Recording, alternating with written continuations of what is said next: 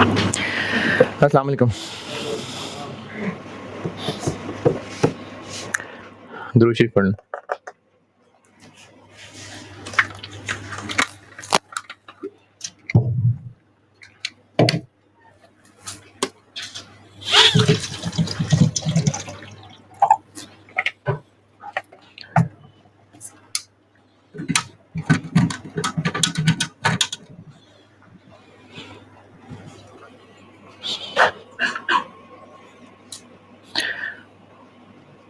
अच्छा, कल वैसे बढ़ के ज़्यादा लोगों ने मारी थी,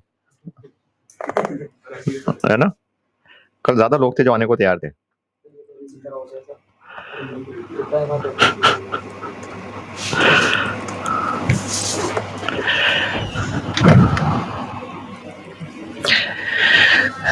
अच्छा, एक सवाल मैं कल कराने लगा था, वो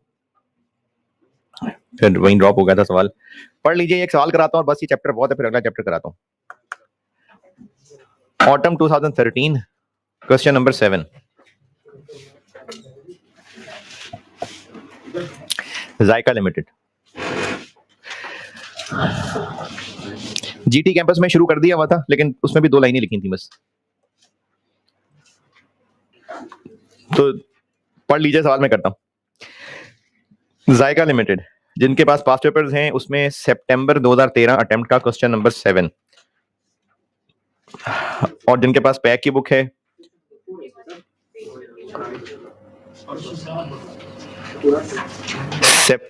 पास्ट पेपर की अटेम्प्ट का क्वेश्चन 7 कह रहा हूँ।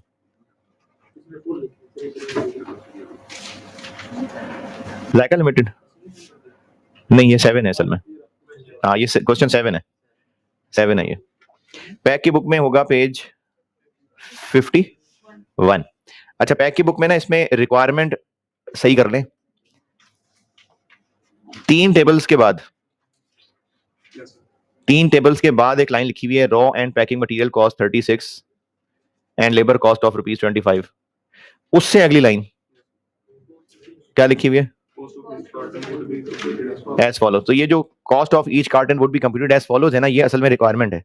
ये आईकैप की बुक के अंदर ना स्टाइल में भी क्वेश्चंस थे, तो पैक की बुक में भी स्टाइल में डाल दिया उसको, वरना असल सवाल की रिक्वायरमेंट है। जिनके पास पैक की बुक है, उसकी रिक्वायरमेंट की शक्ल सीधी करवा रहा हूँ।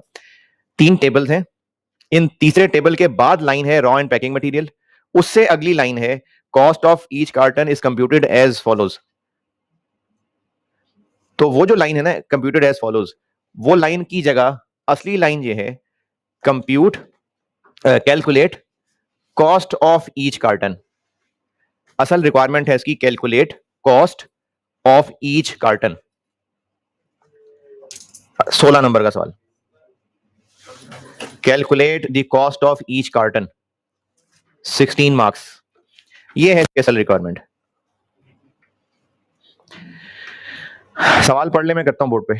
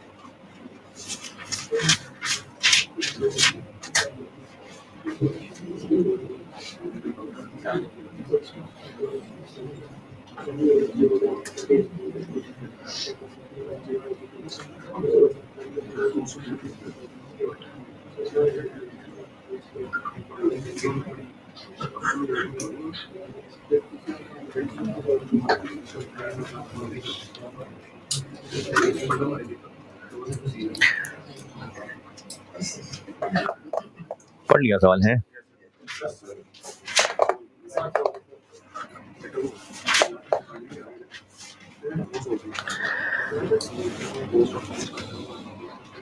अच्छा, उसके बाद सवाल नहीं, उसके बाद सोल्यूशन है। बस एक ईच कार्टन तक सवाल बस हो गया, यहीं तक रुकना था बस। किन दूसरों से? हाँ तो कर, इसलिए तो करा रहा हूँ क्लास के अंदर। सवाल की लास्ट लाइन में लिखा हुआ है, नहीं लास्ट टेबल से ऊपर, दूसरे टेबल के नीचे लिखा हुआ है after production the jam bottles are finally packed in a carton consisting of 12 bottles. इससे पता चल रहा है कि एक कार्टन में 12 बॉटल्स हैं।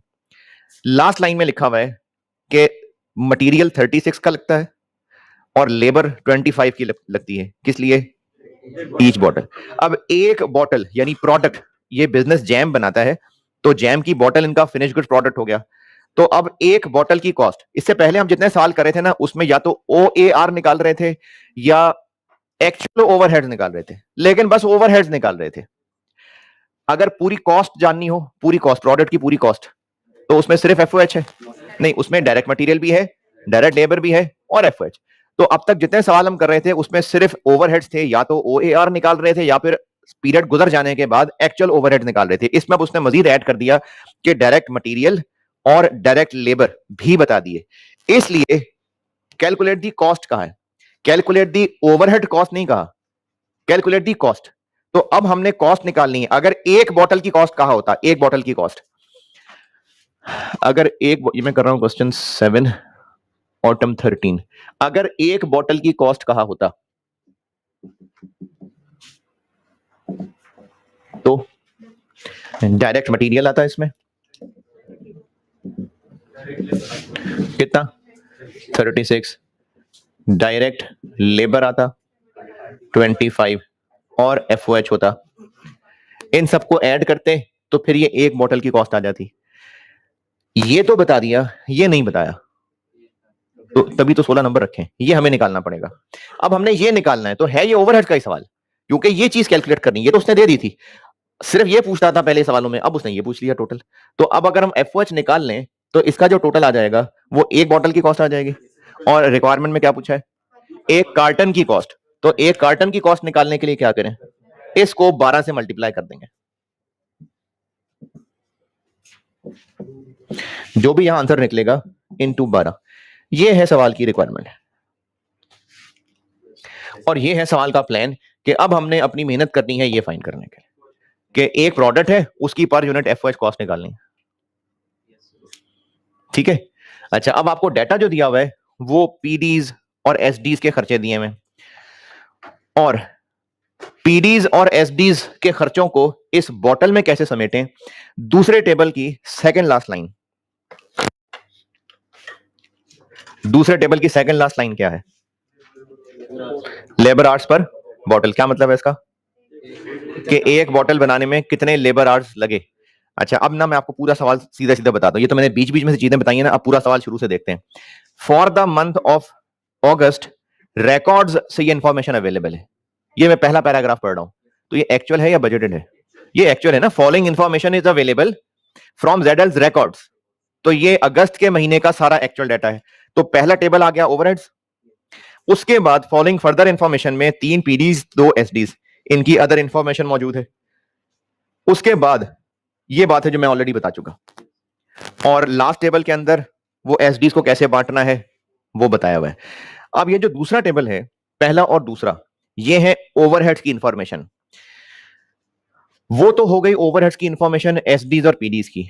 अब पहुंचना यहां है हमने, या तो कहा होता ना कि हर PD के एक्चुअल ओवरहेड्स निकाल दें, तो हम लोग पहले प्राइमरी अपॉर्शनमेंट करते फिर सेकेंडरी करते, हर PD का ओवरहेड आ जाता। लेकिन एक प्रोडक्ट की पर यूनिट कॉस्ट निकालनी है। अब उन PDs को इस प्रोडक्ट में लाना है। उस PD को इन प्रोडक्ट में कैसे लाना है, इसके लिए यकीनन कोई लिंक बताया होता। हम निकाल रहे हैं बॉटल, प्रोडक्ट के एक यूनिट की कॉस्ट निकाल रहे हैं और उसमें FOH लिखना है। तो FOH के लिए बॉटल के साथ कोई लिंक बताया हो कि PDs को हम इससे रिलेट कर सकें। अब कहां पर ऐसा कोई लिंक है जहां पर PDs का ताल्लुक बॉटल के साथ बताया हो? वो है ये सेकंड टेबल की second last line, labour hours per. अब यहां से क्या हिंट निकल रहा है, अब हम किस तरह से सवाल को चलाएं? अगर हम हर PD का ओवरहेड पर आर निकाल लें हर पीडी का ओवरहेड पर आर निकाल लें तो वहां से पर बॉटल पे आ सकते हैं। कैसे? आपको टेबल में बता दिया ना कि एक बॉटल के लिए कितने आवर्स सिलेक्शन डिपार्टमेंट में, कितने आवर्स जैम मेकिंग में, कितने आवर्स बॉटलिंग में। हर पीडी का प्रोडक्ट के साथ एक लिंक बता दिया। ये बता दिया कि एक बॉटल बनाने के लिए कितने कितने आवर्स लगते हैं। तो अगर ये बता दिया कि एक बॉटल के लिए कितने कितने आवर्स लगते हैं, तो अब हमें यहां से हिंट मिल गया कि अब हमने अगली कोशिश क्या करनी है। देखिए, जहां पहुंचना था ना किसी भी सवाल को सॉल्व करने के लिए, जहां पहुंचना है आप पहले वो ढूंढें कि हमने पहुंचना कहां है। वो बचपन में एक गेम अक्सर बच्चे खेलते ही हैं, वो रास्ता तलाश करें। खेला कभी? नहीं है? यहाँ से एंटर है और ऐसे ऐसे ऐसे ऐसे ये एग्जिट है। तो सही तरीका तो ये है कि यहाँ से एंटर हो और उसका ढूंढें, लेकिन एक चोर तरीका भी है। नहीं, कभी नहीं ट्राई किया किसी ने। यहाँ से एंटर हो, यहाँ से एंटर हो ना तो पता चल जाएगा कि, तो आप ना सवाल के पहले एंड को देखा करें, रिक्वायर्ड क्या है। जब आप रिक्वायर्ड देखेंगे ना कि पहुंचना कहां है, फिर पता चलता है अच्छा यहां पहुंचना है तो उसके लिए रास्ता कहां कहां से शुरू हो रहा है। अदरवाइज आपको ये डाटा दिया हुआ है, अब क्या करना है इसका, यहां पहुंचना है। तो जब आपको यह पता होगा कि पहुंचना कहां है, फिर वहां से ढूंढना आसान हो जाएगा कि इस सारे का करना क्या है। तो आप एंड से वापस आए, हर सवाल की बात कर रहा हूं, पहले यह प्लान कर लें कि जाना कहां है, एंड कहां करना है। जब आपको यह पता चल गया ना कि एंड कहां करना है, फिर उसके लिए सवाल में हिंट्स ढूंढेंगे। वरना अगर बहुत सारा सामान हो, उसकी अक्सर मिसाल में अक्सर क्लासेस में दिया करता हूं कि आपको एक टूल बॉक्स दे दिया, उसके अंदर हथौड़ी, कीलें और प्लास और रेंच और स्क्रू ड्राइवर और बहुत टूल्स, हार्डवेयर टूल्स पड़े हुए हैं। अब आपके सामने एक बॉक्स है, अब आप इतने सारे टूल्स देख रहे हैं और आप सोच रहे हैं करना क्या है, इतने सारों में से क्या करना है। लेकिन अब आपको काम ये बताया कि दीवार पे तस्वीर लगानी है। अब आपको उस पूरे सामान में से ढूंढ रही है सिर्फ हथौड़ी और कील है, बाकियों का कुछ नहीं करना, बस हथौड़ी कील ढूंढनी है। तो इसलिए जब आपको यह पता होगा ना कि आपने रिक्वायरमेंट में पहुंचना कहां है, तो पता चलेगा कि इतने डाटा का क्या करना है। वरना स्टूडेंट डाटा देख के सोचता है इस डाटा का करना क्या है, और फिर कहते हैं पता नहीं, समझ नहीं आती सवाल में क्या करना होता है, क्योंकि चल शुरू से रहे होते हैं, चलते एंड से हैं कि पहुंचना कहां है। अब यहां से देखिए मैं लिंक बना के दे रहा हूं, रिक्वायर्ड ये था, सवाल की रिक्वायरमेंट ये। अब इसको मैंने लिंक कैसे बनाया कि डाटा से पता चल रहा है कि एक बोतल के ऊपर मटेरियल, लेबर, पहुंचना यहां था, ये बातें पता चल गई, ये बात पता चल गई। तो अब यहां से हमें एक डायरेक्शन ये मिली कि अगर हम ये तीन चीजें ये भी फाइन कर लें, पर बॉटल कॉस्ट निकल आए, तो इनटू 12 करके ये आंसर आ जाएगा। अब यहां से और पीछे चलते हैं, ये फाइन करना है एफओएच पर बॉटल। तो एफओएच के लिए तो वो पूरा टेबल भरा हुआ है, पीडीज एसडीज है उसके अंदर। तो अब उन पीडीज और एसडीज में से चलो एसडीज को समेट के पीडीज में तो ले आएंगे, लेकिन पीडी से बॉटल तक कैसे पहुंचे, उसके लिए हिंट मिल गया दूसरे टेबल की सेकंड लास्ट लाइन कि वो इनका ताल्लुक लेबर आर से जोड़ा है। तो अब यहां से अगला रास्ता ये मिला कि अगर हम सारे पीडीज का ओवरहेड पर लेबर आर निकाल लें, फिर यहां पहुंच जाएंगे। अब वो ओवरहेड पर लेबर आर, ओएआर पर लेबर आर होता अगर डाटा साल के शुरू का होता, तो साल के एंड का एक्चुअल डाटा है, तो ओएआर ना सही, ओवरहेड पर आर सही, मेहनत तो वही है ना सारी। तो अब यहां से वो मेहनत शुरू कर देते हैं जो ओवरहेड पर आर या ओएआर पर आर निकालने के लिए करते। आप सॉल्यूशन को ऐसे भी प्रेजेंट कर सकते हैं कि यहां से शुरू कर लें और ये फिगर वर्किंग में, अब वर्किंग पे चले जाएं, और ये भी कर सकते हैं कि जो मैं ये वर्किंग में करने लगा हूं, आप आंसर यहीं से शुरू कर लें, एक बार सब सॉल्व कर लें, उसके बाद आखिर में हेडिंग दें ये, और आखिर में सॉल्व कर दें। प्रेजेंटेशन वो होती है जो सही भी हो, करने वाले को भी समझ आए और पेपर मार्क करने वाले को भी समझ आए। अब चाहे वो ऐसे शुरू हुई हो चाहे ऐसे शुरू हुई हो, मैंने चले ऐसे शुरू कर ली। अब इसमें ये काम मैं वर्किंग में करने लगा। वर्किंग वही है, आइटम्स हो गई, बेस हो गई उसकी बांटने की, और पीडीज क्या क्या है, सिलेक्शन है, जैम मेकिंग है, बॉटलिंग है, स्टोरेज है, और डिस्ट्रीब्यूशन है, और रुपीज है कि 1000 है कि मिलियन है, रुपीज है। हाँ जी, सबसे पहले रेंट एंड रेट्स।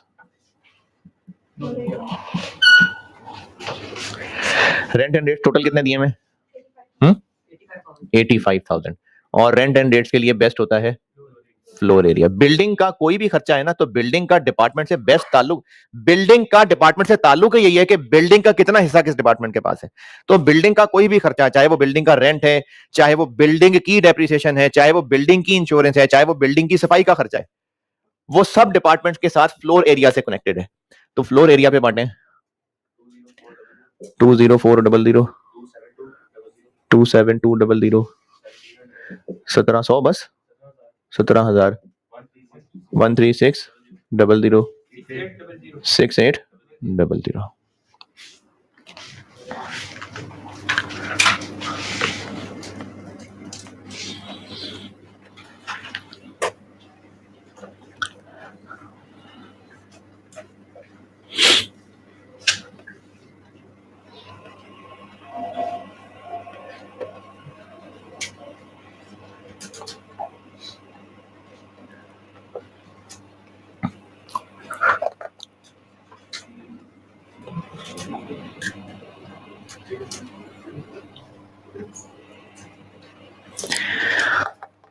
यहां तक पहुंचे, फिर मैं इनडायरेक्ट वेजेस की कहानी बताता हूँ। ये इनडायरेक्ट वेजेस की कहानी की वजह से ये सवाल मैंने उठाया, वरना शायद ये हस्बे तौफीक छोड़ देता। ये इस वजह से लिया सवाल।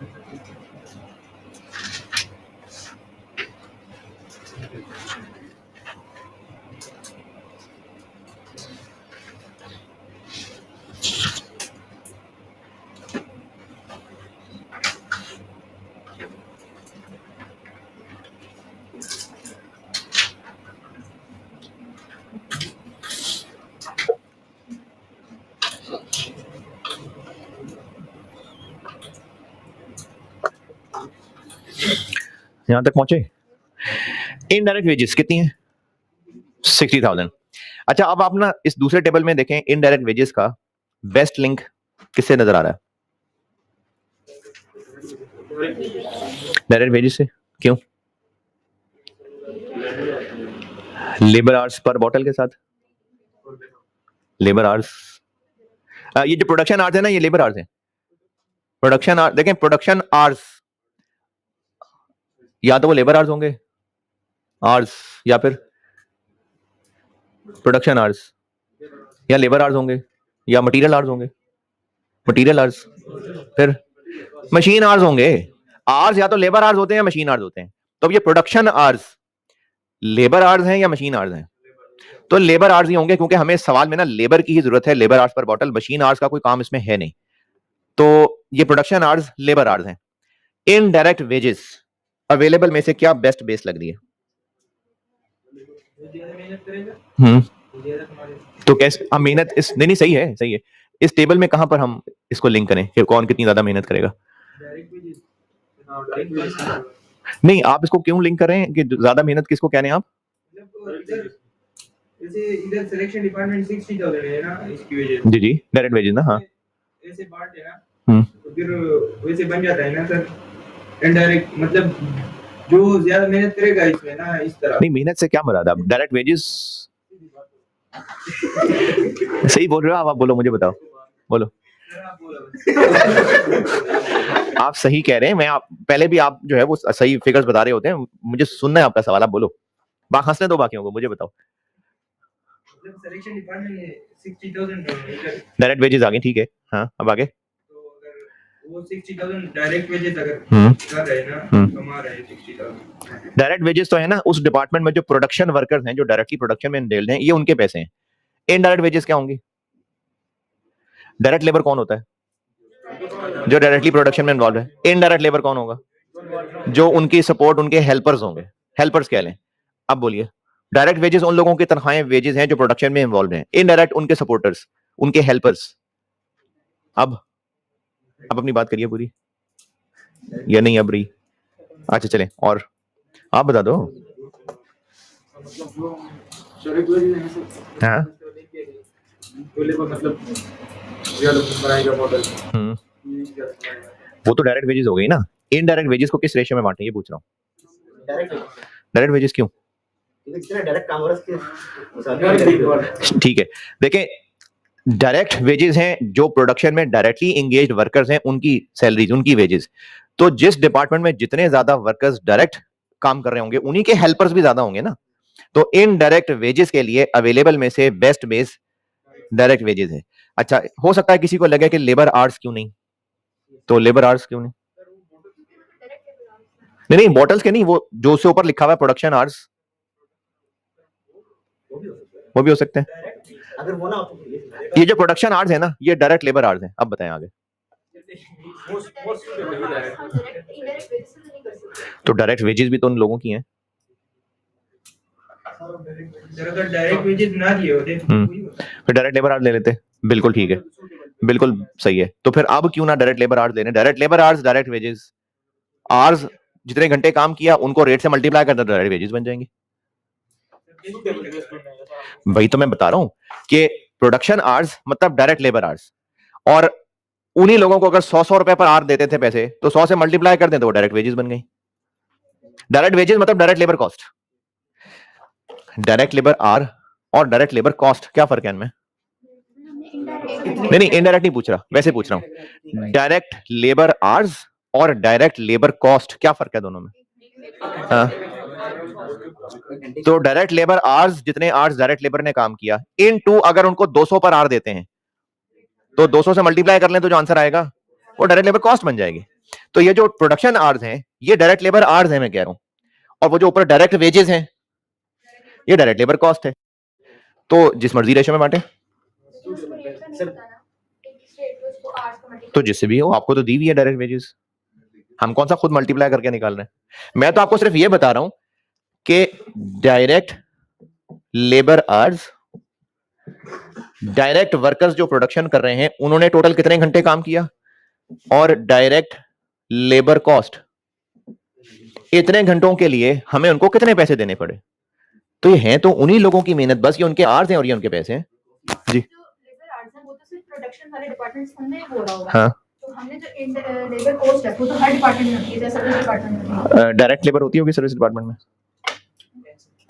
Direct labour cost service department में होनी चाहिए, लेकिन यहां तो आ रही है, देखें एसडीज में आ रही है, हैं? इस सेक्शन में नहीं बताया हुआ। हाँ जी, इसकी वजह से हम लोग उसको डायरेक्ट उसको कोई डायरेक्ट वेजेस यूज करेंगे और रुपीस में दिए नहीं तो आप सिर्फ इसलिए कह रहे हैं कि रुपीस वाली फिगर यूज करनी है, तो फ्लोर एरिया कौन से रुपए थे? बेस तो रेशो है, वो रेशो नंबर ऑफ एम्प्लॉइज की भी रेशो, किलोवाट आवर्स कौन से रुपए हैं, वो तो रेशो हम बेस में लिख रहे हैं कि हम एक खर्चे को बांटने के लिए क्या रेशो यूज कर रहे हैं। जब आप इस खर्चे को, जो कि रुपए है, फ्लोर एरिया की रेशो में बांट रहे हैं, तो ये क्या रुपए थे फ्लोर एरिया? नहीं, हम इसको रेशो यूज कर रहे हैं।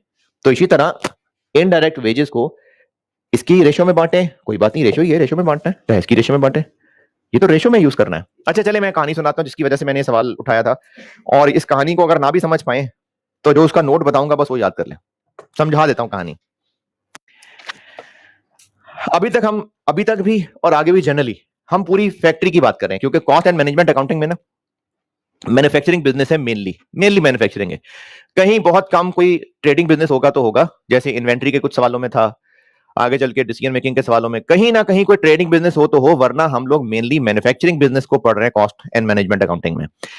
तो मैन्युफैक्चरिंग बिजनेस में मैन्युफैक्चरिंग कहां हो रही होती है? अकाउंट्स डिपार्टमेंट में, सेल्स डिपार्टमेंट में है, प्रोडक्शन डिपार्टमेंट नहीं सॉरी, प्रोडक्शन फंक्शन, पूरा प्रोडक्शन फंक्शन यानी फैक्ट्री।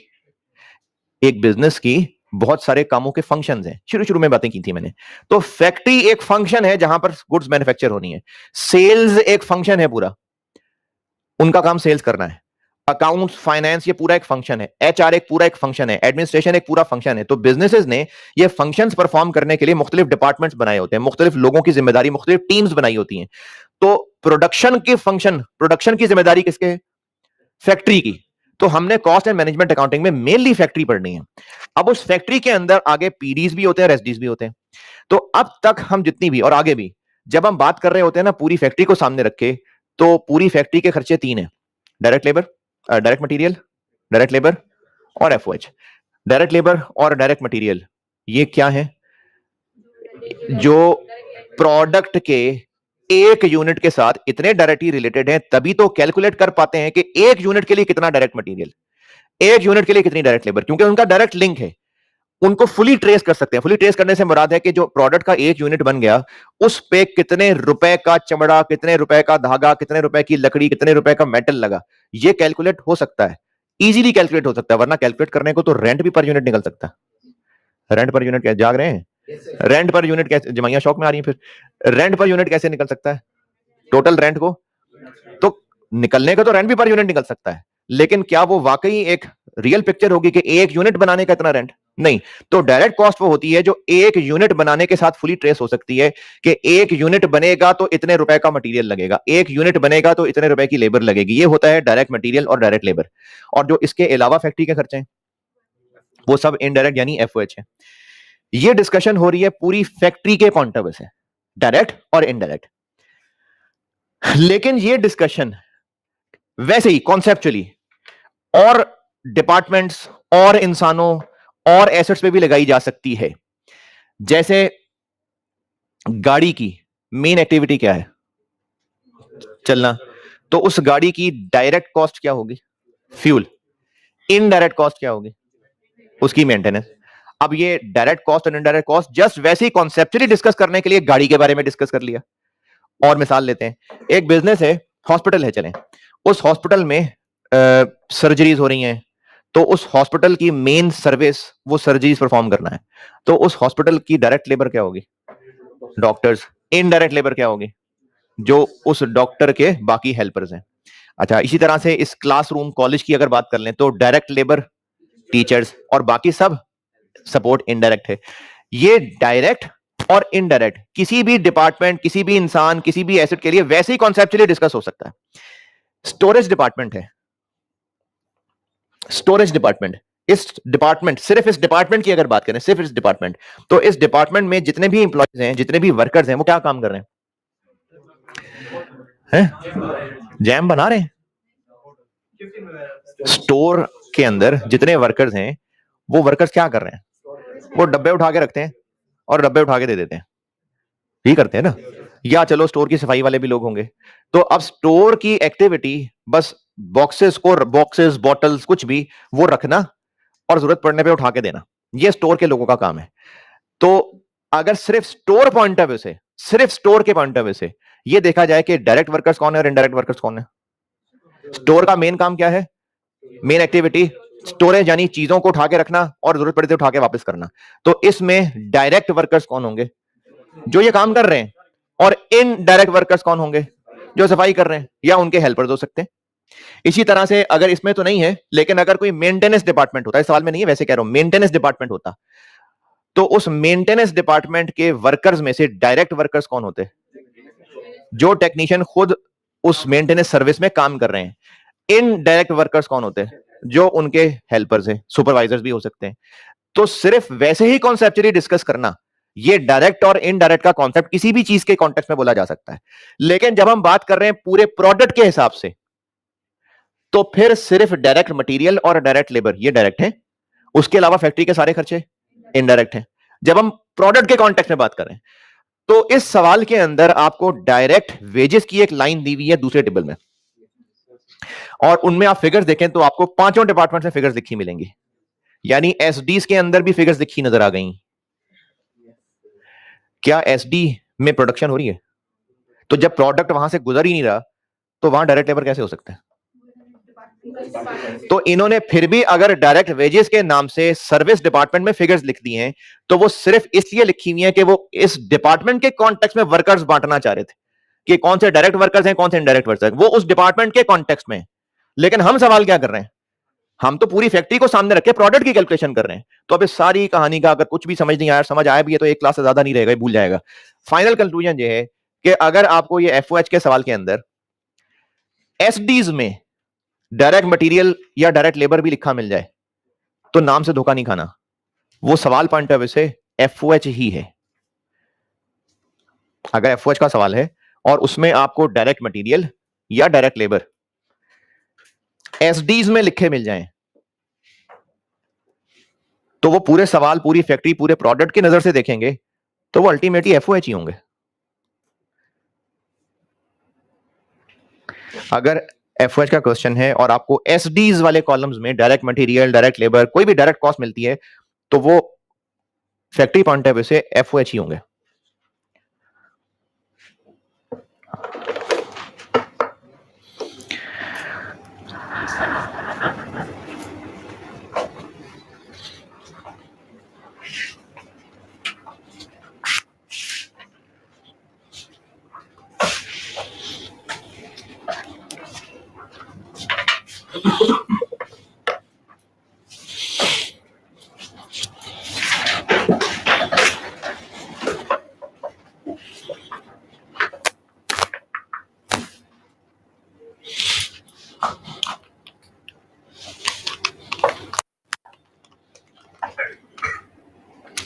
ये बात लिखी। अच्छा, अब इसी कहानी से रिलेटेड इस सवाल में से दो चीजें ले रहा हूं। तो फिर एसडी में जो उन्होंने डायरेक्ट वेजेस लिखी हुई हैं वो इसलिए लिखी हुई हैं क्योंकि वो उस डिपार्टमेंट के कॉन्टेक्स्ट में बात कर रहे थे, तो यकीनन उन्होंने हर डिपार्टमेंट को डायरेक्ट इनडायरेक्ट में तोड़ा होगा। तो इसलिए अब हम इनडायरेक्ट वेजेस को इसी डायरेक्ट वेजेस की रेशियो में बांटेंगे, क्योंकि उन्हीं की सपोर्ट में तो ये लोग होंगे। तो इनडायरेक्ट वेजेस को डायरेक्ट वेजेस की सपोर्ट में बांट देंगे। टोटल इनडायरेक्ट वेजेस कितनी? 60,000। अब इनको डायरेक्ट वेजेस की रेशो में बांट देंगे। अच्छा, सामने लोग थोड़े बैठे हुए चूंकि, लेकिन कैमरे पार वालों में से किसी के जहन में ये आ सकता है कि डायरेक्ट वेजेस की रेशो में क्यों बांट रहे हैं? डायरेक्ट वेजेस तो एफओएच नहीं होते, तो फ्लोर एरिया का एफओएच होता है। ये रेशो है, बस नंबर ऑफ एम्प्लॉइज के एफओएच होते हैं। हम किसी ना किसी चीज की रेशो में इस एफओएच को बांट रहे होते हैं। ये एफओएच है। हम इसको किसी ना किसी रेशो में, वो मशीन आवर्स भी हो सकते हैं, वो किलोवाट आवर्स भी हो सकते हैं, नंबर ऑफ एम्प्लॉइज भी हो सकते हैं, एरिया, फ्लोर एरिया हो सकता है, तो ये बेसिस तो जस्ट रेशो है जिसकी रेशो में हम इस एफओएच को बांट रहे हैं। तो इस इनडायरेक्ट वेजेस को डायरेक्ट वेजेस की रेशो में इसलिए बांटा क्योंकि इन्हीं को तो ये लोग सपोर्ट कर रहे हैं। तो जिस डिपार्टमेंट में जितनी ज्यादा डायरेक्ट लेबर होगी उन्हीं के सपोर्ट में उतनी ज्यादा इनडायरेक्ट लेबर होगी, इसलिए इस रेशो में बांट दिया। कितना कितना? 18,000, 24,000, 9,600, 20,400, 6,000। जी, नंबर ऑफ एम्प्लॉइज भी गिवन होते, फिर उसकी बेस पे भी बांट सकते थे। नंबर ऑफ एम्प्लॉइज दिए होते तो हम उसकी बेस पे भी बांट सकते थे। यानी इस सवाल में सेम सवाल होता और नंबर ऑफ एम्प्लॉइज भी दिए होते, तो जिस स्टूडेंट ने इसकी रेशो में बांटा होता वो भी सही होता, जिसने नंबर ऑफ एम्प्लॉइज की रेशो में बांटा होता वो भी सही होता। अच्छा, ये चूंकि मैं ओवरहेड्स का बस आखिरी सवाल करा रहा हूं, तो अब आप जो भी ये काम करना चाहे, अब सारे सवालों पे गौर करना और जिस जिस ओवरहेड की जो जो बेसिस ली गई हैं उन पे गौर करके अगर कोई अपनी समरी बनाना चाहे, आप, मैं नहीं, ये आपने खुद अपनी अकल से सोचना है। उसकी समरी बनाना कोई चाहे तो जरूर बनाए, उस समरी पे खुद गौर करे कि अच्छा ये लिंक बन रहा है, क्योंकि जब आप एक चीज इकट्ठी करते हैं ना फिर पूरी पिक्चर नजर आती है। तो वो समरी बनाए, जो भी समरी बनाए और वो मुझसे समरी अप्रूव करवाए पहले, फिर उसके बाद वो जरूर समरी को यूज कर ले। लेकिन ये आपने करना है, ये नहीं करना कि यार कोई एक करके मुझसे भी शेयर कर लो, नहीं। अगर दूसरे की मेहनत शेयर करनी होती तो मैं पहले दिन आपको लिस्ट दे देता, बच्चों ये याद कर लो। इसलिए मैंने आपको सारी चीजें समझाई हैं। अब हर स्टूडेंट जो करना चाहे वो इन सारे सवालों में जो जो खर्चे जिस जिस बेस पे बांटे हुए थे उनको समराइज करके एक कागज पे लिख ले। जैसे जिस जिस सवाल में कभी आप देखेंगे फ्लोर एरिया पे बांटी हुई है कोई चीज, कभी वो नंबर ऑफ एम्प्लॉइज पे बांटी हुई है, कभी वो किसी चीज पे बांटी हुई है, तो एक बार आप सारा चैप्टर एक समरी में लाएं सामने। जब एक पेज सामने आ जाएगा ना, फिर आपको और पिक्चर पता चलेगी, फिर और बेहतरी होगी।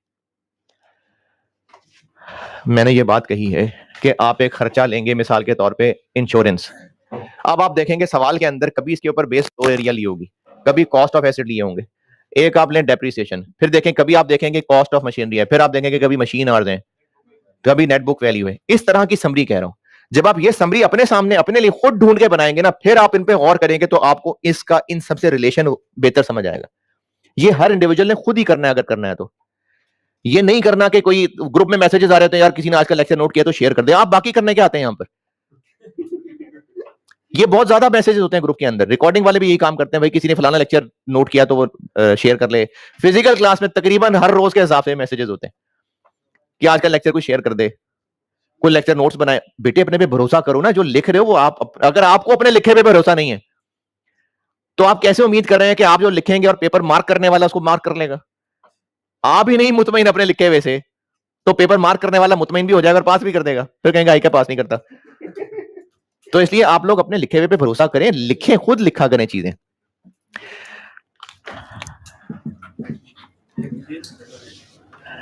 डायरेक्ट वेजेस, ये मैंने यहां जो लिख दी,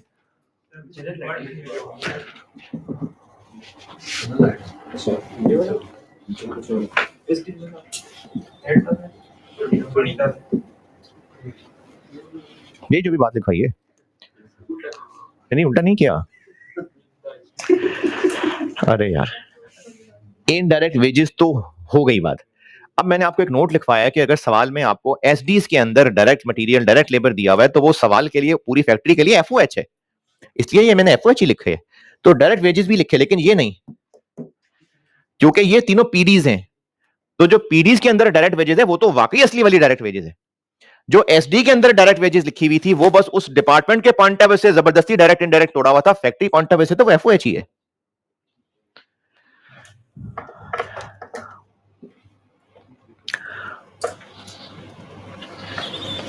आगे जनरल लाइटिंग, ये जनरल ना भी लिखा होता फिर भी ये लाइटिंग का मतलब पंखे लाइटें ही हैं। अच्छा आप देखिए, अब तक हम लोग ये पंखे लाइटों वाली बिजली को किस रेशो में बांटते थे?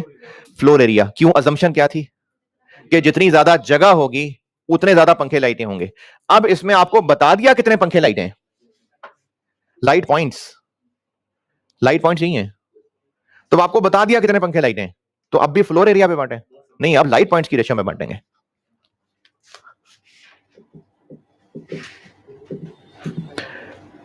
जी टोटल कितना? 75,000। नंबर्स, तादाद, मतलब ये जैसे नंबर लिखते हैं हम, तादाद के लिए हम ये यूज कर रहे होते हैं ना, तो नंबर ये वो तादाद है। ये जो लाइट पॉइंट्स के आगे एनओएस लिखा हुआ है, ये नंबर्स जो हम, मतलब number of employees, number of फलाना, तो ये तादाद है उनकी, कि 10 लाइट पॉइंट्स हैं, 20 लाइट पॉइंट्स हैं, 15 लाइट पॉइंट्स हैं, तो इनकी तादाद है। तो इस तादाद की रेशो में बांट दें, 12500, 25,000, 18750, 6250, 12500।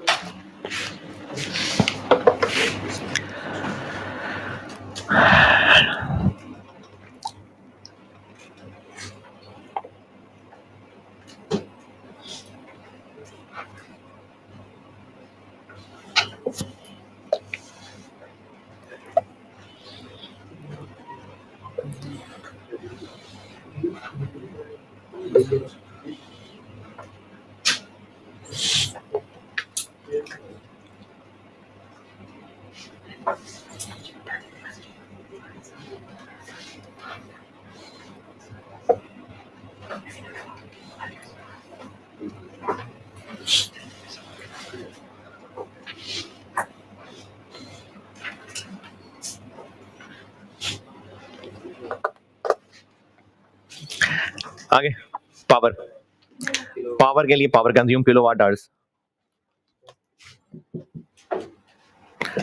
किलोवाट आवर्स कितनी है टोटल? 150,000, 15,000, 90,000, 30, 15, 0।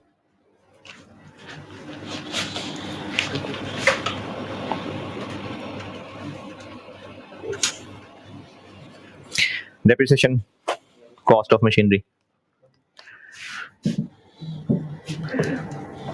total 50,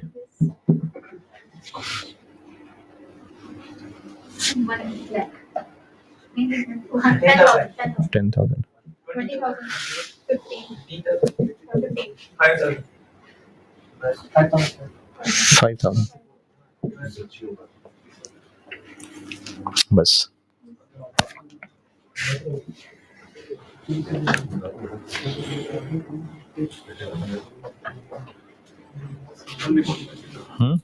तो टोटल तो करें ना।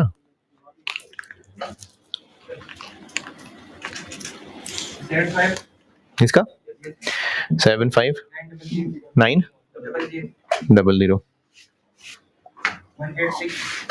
186 200 90350 5025 0 45 300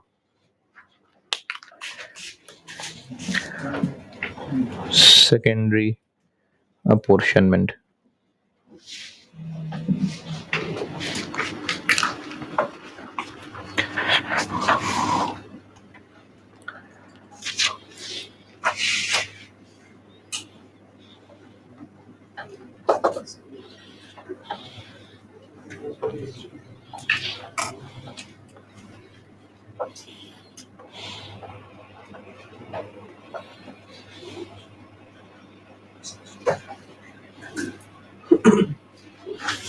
secondary apportionment, one way support, two way support, one way.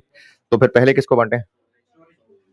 Storage को, स्टोरेज को, फिर डिस्ट्रीब्यूशन, स्टोरेज को।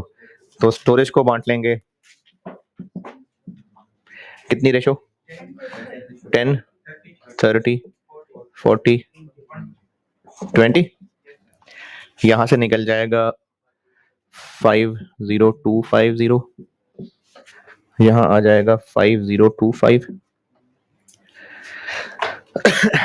10050 और 20100 और ये बन जाएगा 15075। अब बांट लेते हैं डिस्ट्रीब्यूशन को, और डिस्ट्रीब्यूशन को कितना कितना बांटना है? 20 50 30 और डिस्ट्रीब्यूशन में जमा हो गया हुआ है 55 350।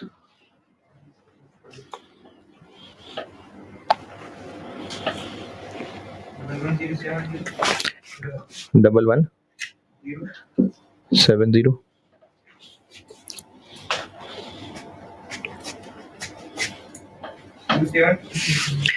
27 670 5 है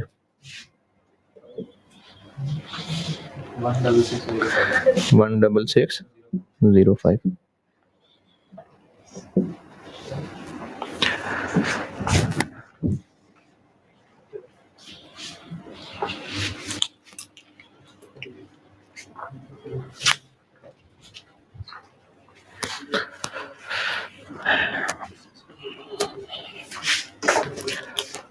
चलिए यहाँ तक नोट करें, फिर मैंने कैमरे को वहां ले जाना है।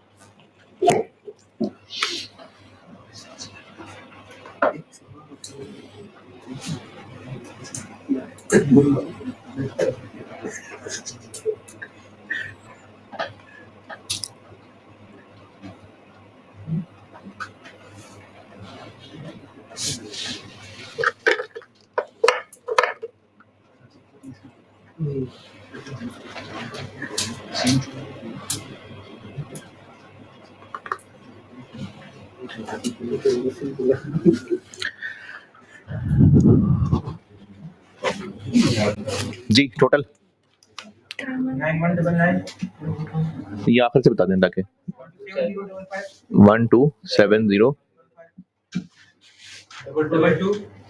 89 50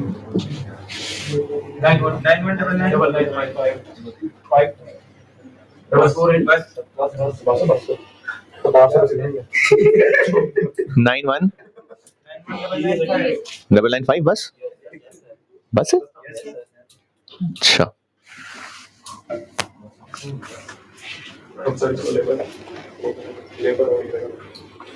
अब इसको पर आवर करना है, तो लेबर आवर्स इसके कितने 1533 हैं शायद 3577 1815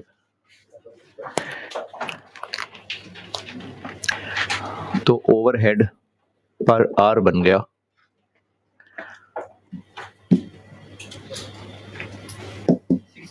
60 70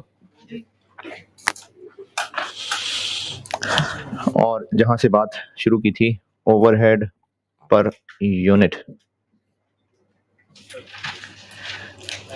इस डिपार्टमेंट में एक बॉटल के लिए ओवरहेड पर यूनिट यानी ओवरहेड पर बॉटल कितने घंटे लगते हैं कितने तो इस 60 पर आर को पर बॉटल कैसे बनाए मल्टीप्लाई बाय 0.1 6 जैम मेकिंग में एक यूनिट बनाने के लिए तो फिर इस पर आर को पर बॉटल कैसे बनाए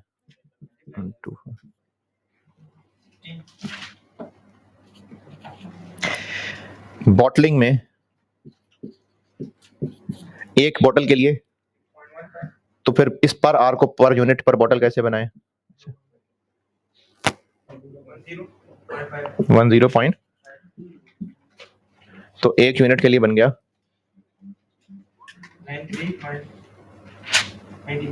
93 नहीं यार 30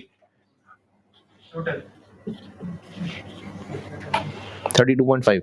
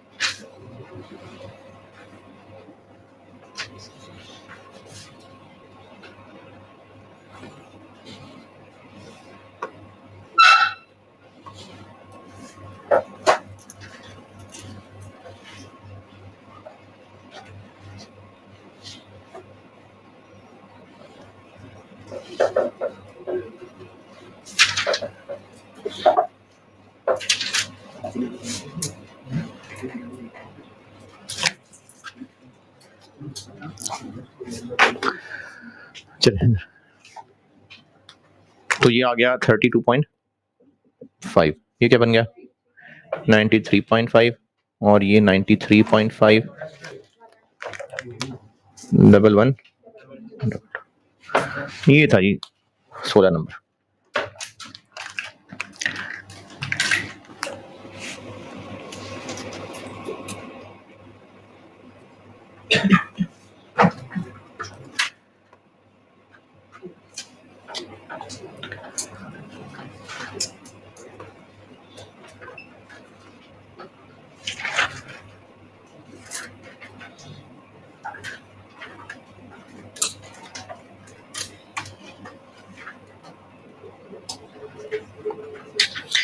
ऑटम 17 होमवर्क दिया था उसमें मुझे उम्मीद है कोई मसले वाली बात नहीं है अगर किसी ने किया है अगर तो कोई मसला नहीं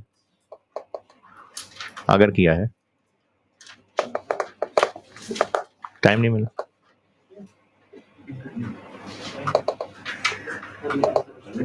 किया हो गया सर ये बस ये बोल रहा था कि एक्चुअल को अप्लाइड को एक्चुअल से करना पड़ेगा एक्चुअल से कंपेयर करना पहले अप्लाइड लिखना फिर नीचे एक्चुअल को चलें एक सवाल और खोलें अभी टाइम है हम कर रहे हैं सवाल है कोई बात मैं टीचर हूँ आप स्टूडेंट हैं बस और कोई है ही नहीं क्लास बस मैं हूँ और आप हैं कोई बात नहीं कोई बात कोई बात ऑटम 2010 अटेम्प्ट है अच्छा ये जो ओवरहेड्स के सवाल किए ना ये और वो जो ऑटम 17 होमवर्क और जो से पहले किए मैं बहुत है ये बहुत है जितने क्लास में किए जितने होमवर्क किए ये काफी है अगर और भी कोई 2-4 हुए जो कि चांस कम ही है सारे ही हमने तकरीबन कर लिए हुए भी तो कोई पुराने से होंगे जितने कर लिए वो बहुत हैं। फिर भी अगर किसी को कहीं से ओवरहेड्स के सवाल मिल रहे हो तो पहले वो मुझसे चेक करा लेना, पता नहीं ओवरहेड्स के हैं भी कि नहीं है। तो इसलिए वैसे जितने सवाल किए हैं वो काफी हैं। फिर भी अगर कोई और करना चाहे, किसी के पास पैक की बुक में और सवाल मिल रहे हो, किसी और कॉलेज की बुक में मिल रहे हो, तो मुझसे पहले कंफर्म कर लेना कि वाकई ओवरहेड्स के हैं भी कि नहीं है।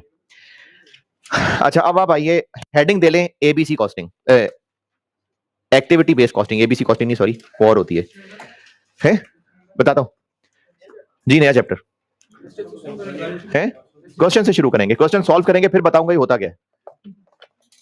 Activity based costing, next chapter की हेडिंग दे लें एक्टिविटी बेस्ड कॉस्टिंग। ये चैप्टर आईकैप के हिसाब से देखेंगे तो चौथा है,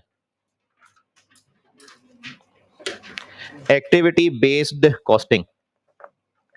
ये क्या चीज है, इस चैप्टर में क्या करना है, वो एक सवाल के बाद बताऊंगा। पहले सवाल करते हैं, और पूरा नहीं होगा ऑब्वियसली सवाल, लेकिन जितना अधूरा आज होगा कल पूरा, फिर कल बताऊंगा एक्टिविटी बेस्ड कॉस्टिंग होती है क्या, और बता के खत्म हो जाएगा चैप्टर है। वो तो मैंने खुद बताया था ना। अब एक पास्ट नंबर का सवाल करते हैं। सवाल खोल लीजिए आप, ऑटम 2010 अटेम्प्ट है और उसका क्वेश्चन 1, ऑटम 2010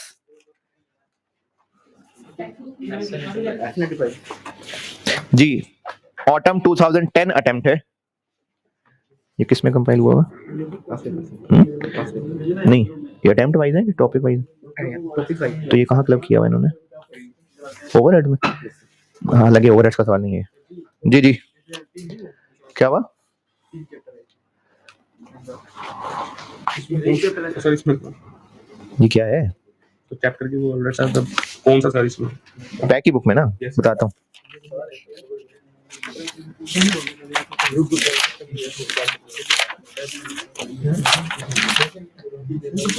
बैक की बुक में पेज 71।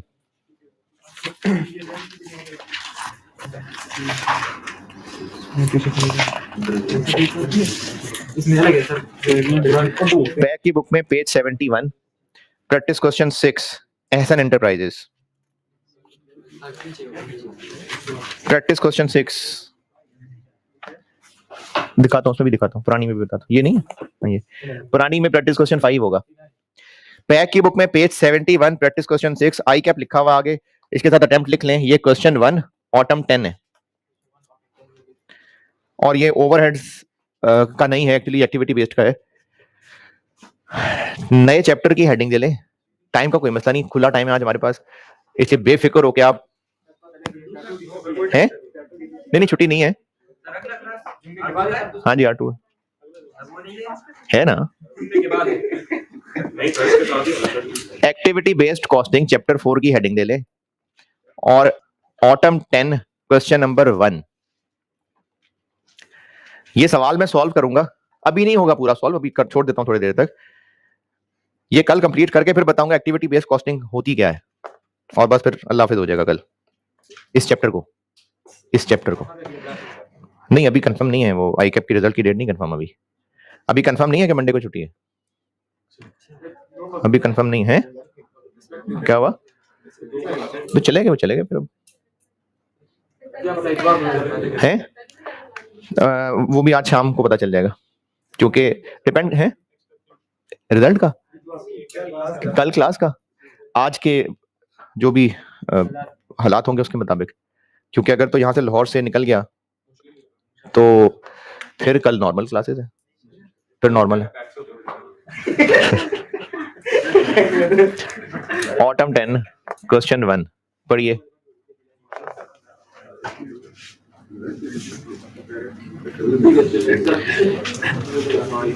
जितना भी पूरा कर सकूंगा, पर सवाल तो पढ़े ना।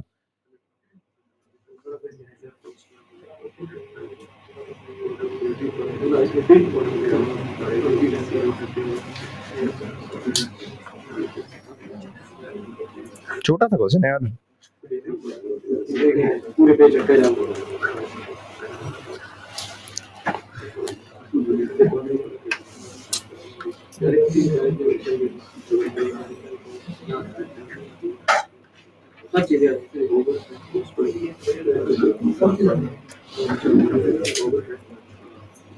छोटा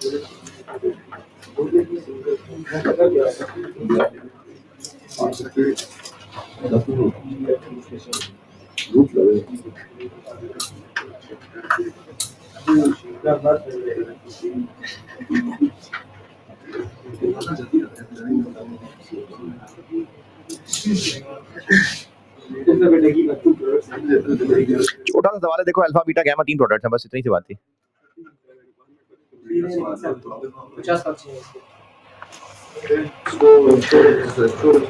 अच्छा, पॉइंट नंबर 1 में लिखा हुआ है the cost incurred during the latest, इसको ईयर कर लें, क्वार्टर को ईयर कर लें। वो समझना डेप्रिसिएशन, ये सवाल में भी इनफैक्ट गलती थी, डेप्रिसिएशन के साथ पर एनम लिखा हुआ था, जबकि सॉल्यूशन में इसी को ही यूज किया हुआ था। तो सवाल ही ठीक कर लेते हैं, हम सवाल ही चेंज कर लेते हैं।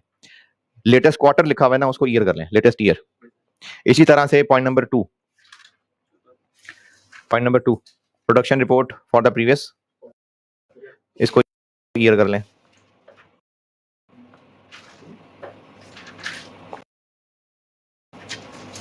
बस ये 2 क्वार्टर हैं जिनको मैंने ईयर करा दिया बस। पॉइंट नंबर 1 में पिछले ईयर का डाटा दिया हुआ है टोटल, और पॉइंट नंबर 2 के अंदर अल्फा बीटा गैमा की इंफॉर्मेशन है, कितने यूनिट्स बनाए, कितने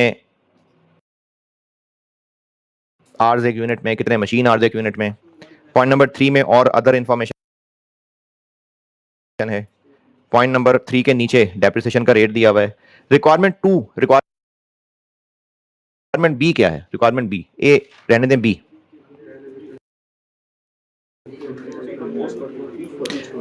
factory overhead cost per unit,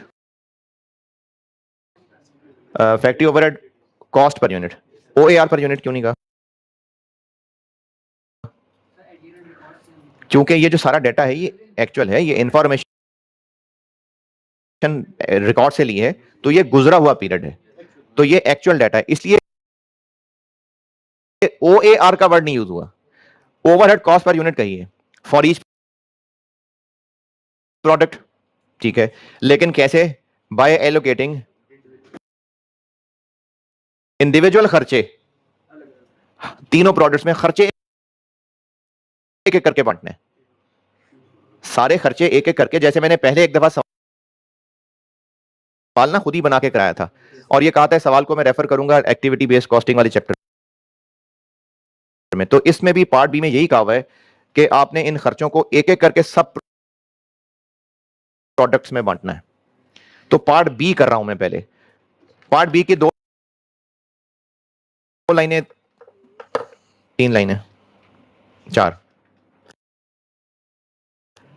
कर देता हूं, बाकी कल। ज्यादा हो गए 4?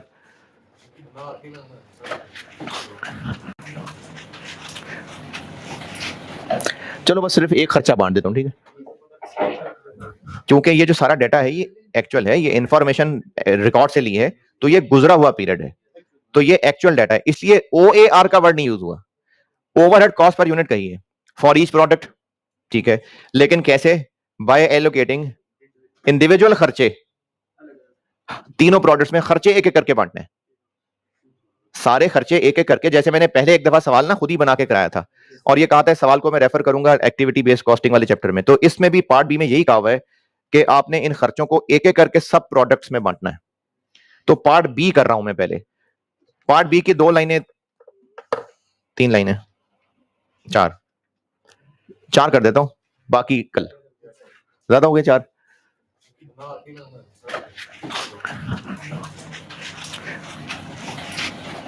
चलो बस सिर्फ एक खर्चा बांट देता हूं, ठीक है,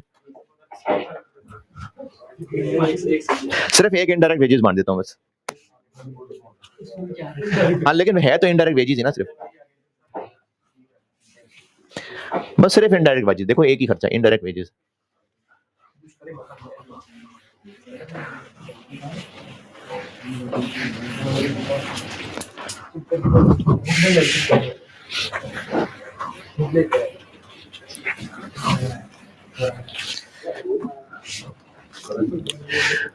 question 1 autumn 10 part B.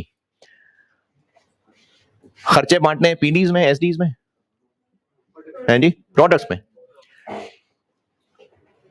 Alpha beta और गैमा। रुपीज है, मिलियन है, थाउजेंड है, क्या है? रुपीज है। सबसे पहले direct material one two, direct labour नहीं, इनडायरेक्ट वेजेस, क्योंकि ओवरहेड कॉस्ट निकालनी है ना। तो सबसे पहले इनडायरेक्ट वेजेस। इनडायरेक्ट वेजेस में सबसे पहले मेंटेनेंस डिपार्टमेंट के लोग हैं। मशीन मेंटेनेंस के लोगों की इनडायरेक्ट वेजेस हैं। अवेलेबल में से क्या बेस्ट लग रहा है कि प्रोडक्ट्स में इनको किस तरह से बांटना चाहिए? मशीन की मेंटेनेंस है, मशीन की मेंटेनेंस, मशीन आवर्स या cost of machine? Machine maintenance, machine hours. Depreciation होगी तो वो कॉस्ट ऑफ मशीन। मेंटेनेंस का ताल्लुक है मशीन जितनी ज्यादा देर चलेगी उतनी ज्यादा मेंटेनेंस होगी। तो मेंटेनेंस मशीन की मशीन आवर्स की रेशो में, मशीन आवर्स, तो इसको बांट देते हैं मशीन आवर्स की रेशो में। कहां है मशीन आवर्स? दूसरे टेबल में है 6, 8, 10। तो 6, 8, 10 की रेशो में बांट दे, 6, 8, 10 की रेशो में। 6, 8, 10 तो एक यूनिट के आवर्स इतने लगते हैं। हमने टोटल मेंटेनेंस के वेजेस को बांटना है, तो total maintenance hours, total machine hours. ये पहले भी एक दो दफा बात की है कि हमने अगर एक खर्चे को बांटना है तो किसी टोटल एक्टिविटी की रेशो में बांटना है। तो इसको मशीन आवर्स में बांटेंगे, बिल्कुल मशीन आवर्स में ही बांटेंगे, लेकिन 6, 8, 10 की रेशो में नहीं बांटेंगे। अल्फा के एक यूनिट में 6 घंटे लगते हैं, टोटल कितने यूनिट्स बनाए? 12,000, तो 72,000। बी के एक यूनिट में 8 घंटे लगते हैं, 20,000 बनाए हैं, 160। जी के एक यूनिट में 10 घंटे लगते हैं, 45,000 बनाए हैं, 450। ये है मशीन आवर्स जिनकी रेशो में बांटना है। 682 इस रेशो में बांटना है। तो मशीन मेंटेनेंस की वेजेस हैं कितनी? 6 लाख। इस 6 लाख को इस रेशो में बांटना है।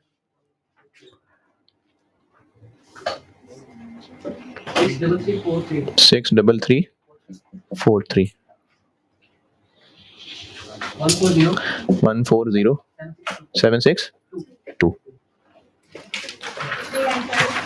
395,895।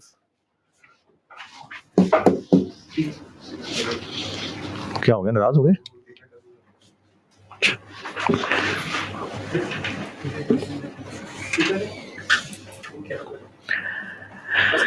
है बस करें फिर, चले मशीन मेंटेनेंस बस। स्टोर्स,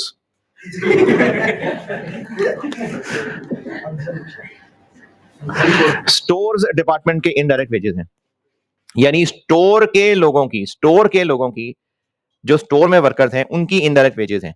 स्टोर वाले क्या कर रहे हैं? मटेरियल उठा के रख रहे हैं, मटेरियल उठा के दे रहे हैं। तो स्टोर्स के लोगों की वेजेस के लिए अवेलेबल में से क्या बेस्ट लग रहा है? स्टोर्स के लोग मटेरियल उठा के रख रहे हैं, मटेरियल उठा के दे रहे हैं। मटेरियल का स्टोर है, मटेरियल का स्टोर है। उस मटेरियल के स्टोर में मटेरियल खरीद के लाते हैं, स्टोर में रखते हैं। फिर जब मटेरियल को प्रोडक्शन में इशू करना होता होगा तो स्टोर से उठा के दे देते हैं। तो अवेलेबल में से क्या बेस्ट लग रहा है? Space utilized. क्यों स्टोर कंजम्पशन? स्टोर कंजम्पशन क्यों? बिल्कुल ठीक है, शाबाश। स्टोर कंजम्पशन आखिरी टेबल में दी हुई है एक लाइन। स्टोर कंजम्पशन का मतलब है रुपए, ये जो रुपए दिए हैं कि स्टोर से कितना मटेरियल उठा के कंज्यूम किया है। लेबर आर्ट तो प्रोडक्शन डिपार्टमेंट के प्रोडक्शन करते हुए हो रहे होंगे ना, कि ए बनाते हुए कितनी देर लगती है, बी बनाते हुए कितनी देर लगती है। स्टोर वाला क्या कर रहा है? वो मटेरियल उठा के दे रहा है। तो जितनी प्रोडक्ट के बार बार डिमांड आई होगी उतना मटेरियल उसने उठा के उस प्रोडक्ट का दिया होगा। तो स्टोर में तो काम ही यही है कि वो मटेरियल उठा के रख रहे हैं और मटेरियल उठा के दे रहे हैं। तो स्टोर कंजम्पशन का मतलब है कि कितने रुपए का मटेरियल, कितने रुपए का सामान कंज्यूम हुआ, यानी इस्तेमाल हुआ। तो जिस प्रोडक्ट के लिए जितने ज्यादा स्टोर कंज्यूम हुआ उतना ज्यादा उन वर्कर्स ने स्टोर से उठा के सामान दिया होगा। अगर ये ना होता तो फिर कुछ और भी बेस्ट हो सकता था, लेकिन फिर हम लोग प्रोडक्शन यूनिट्स की बेस पे बांट देते कि जिसके जितने ज्यादा यूनिट्स बनाए हैं उसका उतना सारा सामान उठा के दिया होना था, फिर हम यूनिट्स की बेस पे बांट देते।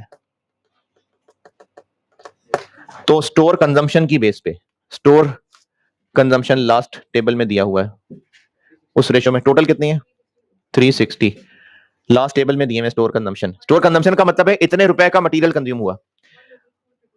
ये स्टोर्स का जो वर्ड है ना, स्टोर्स, ये मटेरियल जरूरी नहीं डायरेक्ट मटेरियल ही हो, ये इनडायरेक्ट मटेरियल भी हो सकता है।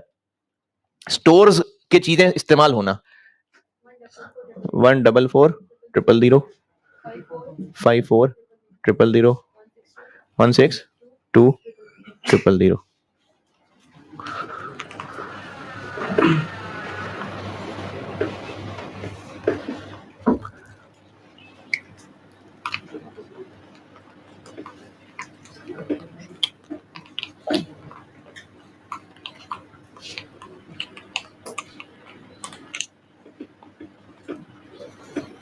नेक्स्ट क्या है, क्वालिटी कंट्रोल। उसके बाद क्या है,